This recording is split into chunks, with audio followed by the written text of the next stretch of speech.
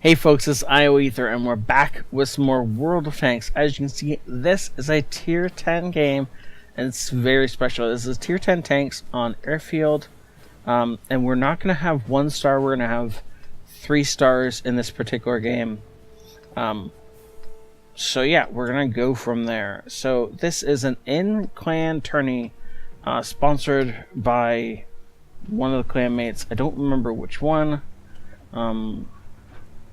As he wasn't there last night, and so I didn't get to say thank you or anything like that. But anyways, so like most of the clan, which is 100 people registered for this tourney, we had a giant turnout in TS last night, and everybody who was in a team got to play. Anybody who else filled out other teams that weren't quite full yet, and so yeah, big tourney. And the guy over there. Where is he? Yeah, well, apparently I've turned off names somewhere in the settings. That's amazing. How did I do that? Why would...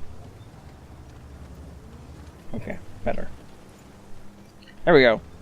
So this guy over here, Bond, obviously the owner of the clan, the founder of the clan, he is the one who, set up the entire tourney, so props to him. He did a wonderful job. Now you're not going to see any of my games in here because my team got horribly badly mangled. Now we did better than most of the teams in our not our bracket, but most of the starting teams got swept. So it was really one-sided the way the brackets were set up. I'm assuming it was all randomly done, but it was really clear that some people didn't put in any practice together, whereas others had.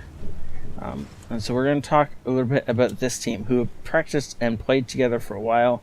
This is obviously Whiskey 1, Steel Toaster, and J-Dog, and they are against the Drunken Wise Men, Bond, and Ghost. Now these guys are in their 140s and a 121 versus a 907 and 2 E5s. Now the reason I've been taking so long to explain all this is A, that I want to put out a good foundation for this game to go in, and B, it's going to be a while before these two teams meet. Now this is 3-on-3 action in full World Tanks maps.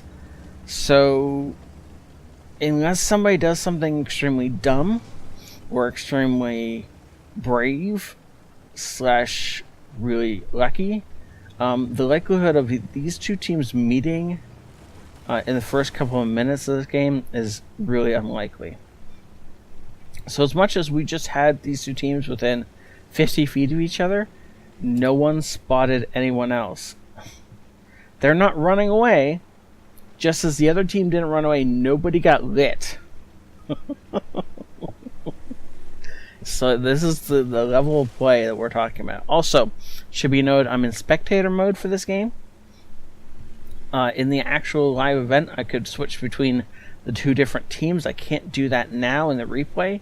What I can do, however, is I can see where both teams are. And this is a huge mistake by Steel Toaster's team, plowing through their own base.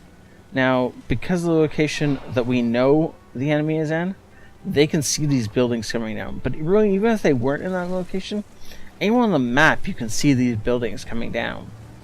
So that puts the Bond's team, I'm just going to refer to him as Bond's team for a while, in charge of this game. They now know approximately where Steel Toaster's team are, and you will see them start to spread out as they start to set up like a detection grid so that they can find the team easier. Now, because of the fact that Steel Toaster's team is in medium tanks, they're going to be harder to detect than the E5s. So assuming these guys don't walk out into the open, it's still going to take a little while for Bond's team to find them. And in the meantime, of course, these guys aren't just sitting still. They are moving around the map. Now, you'll notice over several times in this game, Steel Toaster will type to the opponents. He likes to mouth off. and he's a great guy. I love him, but a couple of times during this tournament, mouthing off in chat gets him into trouble. And you'll see an example of that soon enough, I'm sure.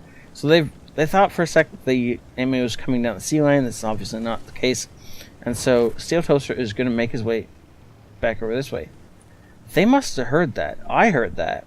I don't know where that came from, and apparently neither do they.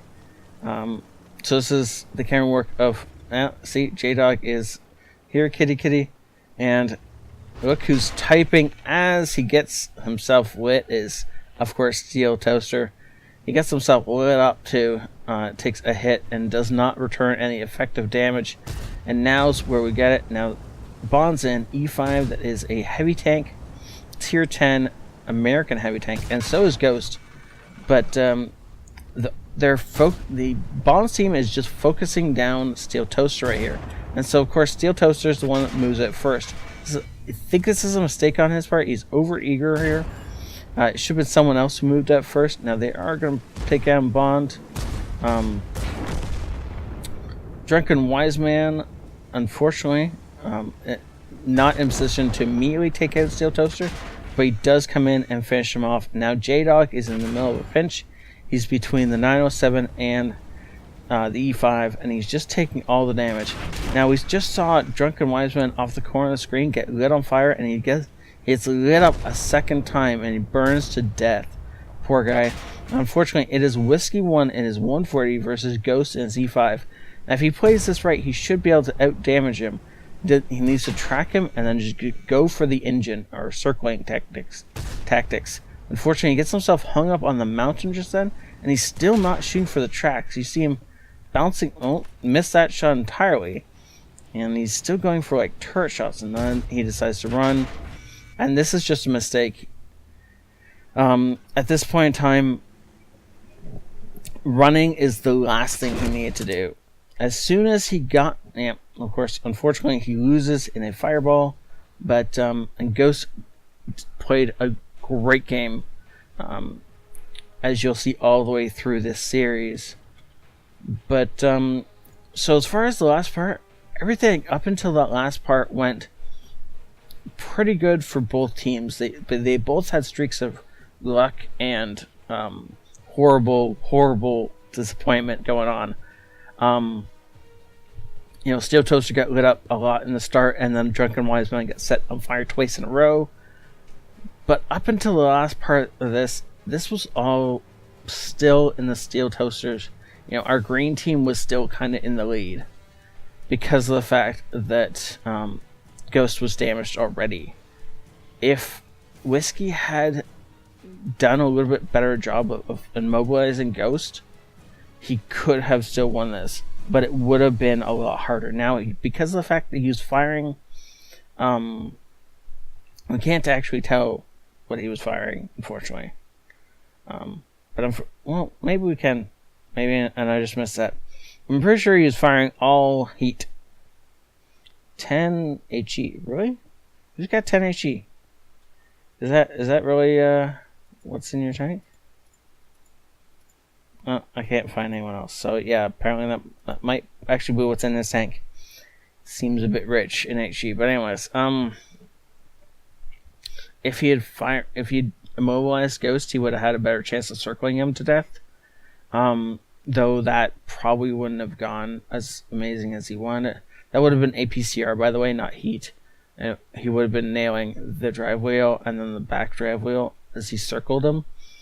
Doing damage with every tracking shot is the how he would have been able to solve that. But because he tried to circle him without tracking him, a Ghost just did the only smart thing and backed up against a rock, and then he had Whiskey dead to rights.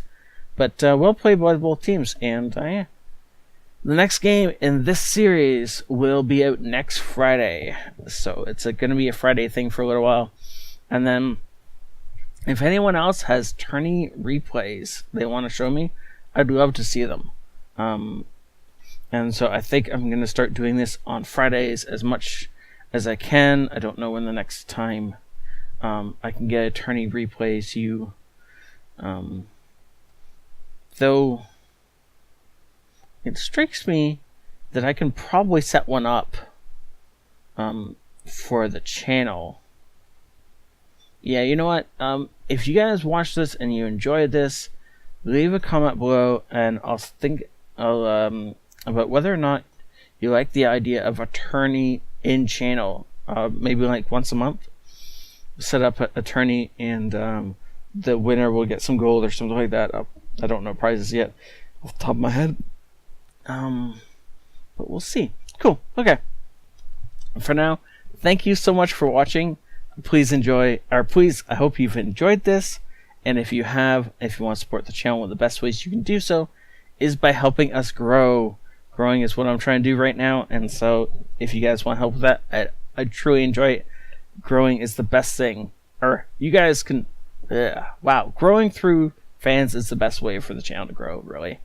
And so, yeah, goal is 400 subscribers by the end of the summer, and 500 subscribers by Christmas. And you guys, and only you guys, can make that happen. Thank you so much for watching. Have a great night. This ioEther out.